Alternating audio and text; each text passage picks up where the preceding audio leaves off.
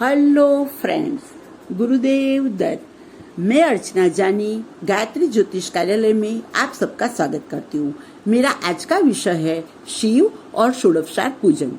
अभी श्रावण मास शुरू होने जा रहा है, तो कई लोगों का कॉल होता है कि हम लोग भगवान शंकर की पूजा कैसे करें और किन चीजों का हमें उपयोग करना चाहिए। तो मेरा ये इन्फॉर्मेटिव वीडियो उन पर ही है कि हम लोग ये शंकर भगवान की पूजा कैसे करनी चाहिए और पूजन में जो सामग्री होती है तो उनका साइंटिफिक रीजन क्या होता है। तो सबसे पहले भगवान शिव ये तत्काल प्रसन्न होने वाले देवता है। जैसे शिव, उसे भोलेनाथ भी कहते हैं। तो सबसे पहले भगवान शिव को हम लोग जल चढ़ाते हैं। तो जब भी समुद्र मंथन हुआ था तो उनमें से विष निकला था। तब शंकर भगवान ने विष पिया था तो उनका रंग काला हो गया था और उनको शरीर में बहुत जलन होने लगी थी। तब सारे भगवान ने और ऋषि मुनियों ने उन पर जल डाला था। तो इसलिए हम भगवान शंकर को जल चढ़ाते। फिर होता है बिलीपत्र। बिलीपत्र को हम त्रिनेत्र, शंकर भगवान को जैसे त्रिनेत्र होते हैं ऐसे बिलीपत्र 3 पान वाले होते हैं और बिलीपत्र शंकर भगवान को बहुत ही प्रिय है। बिलीपत्र से पूजन करने से वंश की वृद्धि होती है, पाप का नाश होता है और करोड़ों कन्याओं का जैसे हम लोग दान कर रहे हैं इतनी फल की प्राप्ति होती है। फिर होता है आकड़े का फूल। भगवान को आकड़े का फूल बहुत ही पसंद है। आकड़े का फूल चढ़ाने से मोक्ष की प्राप्ति होती है और जैसे हम लोग सुवर्ण का दान करते हैं इतना बड़ा फल आकड़े का फूल भगवान को अर्पण करने से हमें मिलता है। फिर आता है धतूरा। धतूरा अर्पण करने का साइंटिफिक रीजन है, क्योंकि पहले भगवान कैलाश में निवास करते थे, वो ठंडा प्रदेश था। तो भगवान को धतूरा अर्पण करने से रोशनी, गर्मी और उष्मा की भगवान को प्राप्ति होती थी। ऐसा देवी पुराण में उल्लेख माना गया है। जब सागर मंथन हुआ और भगवान ने विष पिया तो भगवान शंकर व्याकुल हो गए थे। तब अश्विनी कुमार ने उसको धतूरा का अर्घ बना के पिलाया था कि जैसे भगवान की व्याकुलता कम हो जाए। फिर आता है भांग हम लोग चढ़ाते हैं। तो भांग मतलब वो भक्तों का रक्षण करते हैं शंकर भगवान। उसमें भगवान का कहने का ये मतलब है कि मैं आपकी सारी बुराई, नकारात्मकता अपने अंदर ग्रहण करता हूँ। फिर हम लोग चढ़ाते हैं कपूर। कपूर चढ़ाने से वातावरण शुद्ध होता है, नेगेटिविटी चली जाती है और घर में प्रेम की वृद्धि होती है। फिर हम लोग चढ़ाते हैं भगवान को दूध। श्रावण महीने में हमको दूध नहीं पीना चाहिए, दूध का निषेध माना गया है। तो भगवान कहते जो आपको पसंद नहीं है उसे मैं अर्पण कर लेता हूँ। तो भगवान शंकर को हम लोग दूध भी अर्पण करते हैं। फिर होता है अक्षत, चावल चढ़ाने से घर में धन धान्य की पूर्णता होती है और जीवन में हमें मोक्ष की प्राप्ति होती है। फिर होता है पंचामृत। भगवान में पूजन में हम लोग पंचामृत का उपयोग करते हैं। तो पंचामृत कैसे बनता है? तो दूध, दही, मध, घी और शक्कर इकट्ठा करके हम लोग पंचामृत बनाते हैं और शंकर भगवान के पूजन में हम लोग उनका उपयोग करते हैं। तो उसमें हमारी आयुष्य की वृद्धि है, आर्थिक उन्नति की प्राप्ति होती है। तो ये पंचामृत चढ़ाने का ये ज्यादा मतलब है। फिर हम लोग गन्ने का रस भी शंकर भगवान को चढ़ाते हैं, क्योंकि वो भी हमें संपदा देता है। फिर आगे होता है चंदन। भगवान शंकर को चंदन बहुत ही प्रिय है। हम लोग भगवान के मस्तक पर चंदन का लेप करते हैं।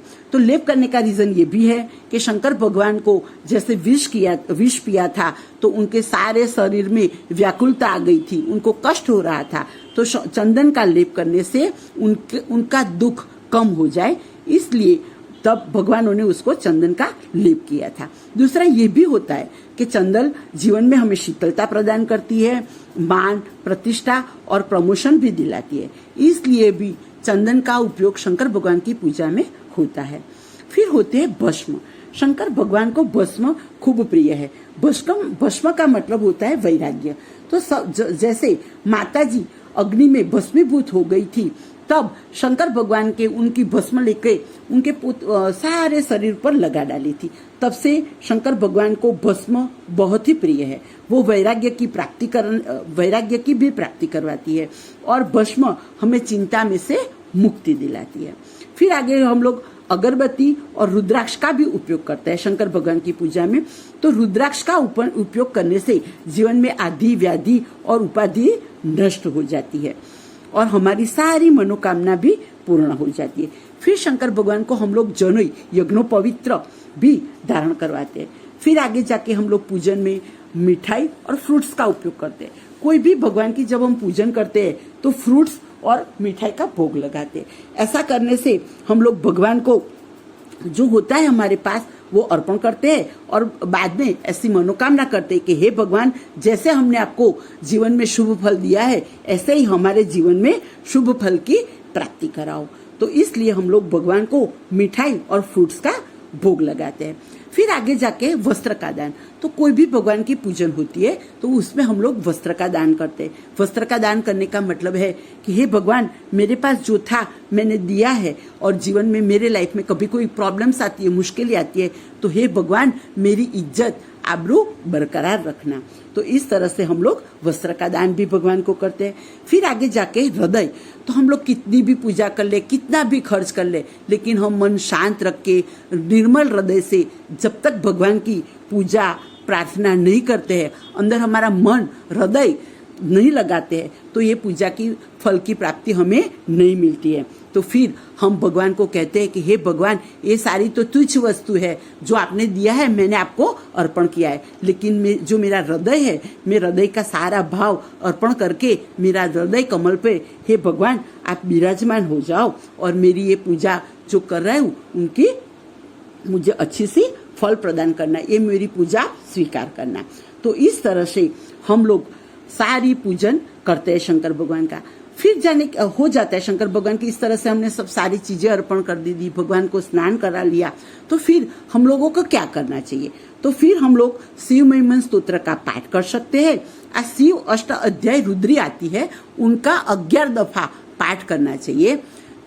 अगर ये कुछ भी नहीं आता है, आपको संस्कृत नहीं पढ़ सकते और नहीं कुछ आता है, तो ओम नमः शिवाय मंत्र का जाप भी आप कर सकते हैं। और शंकर भगवान को बिल्वाष्टक बोल के बिल्ली अर्पण कर दीजिए और फिर भगवान की आरती कर लीजिए।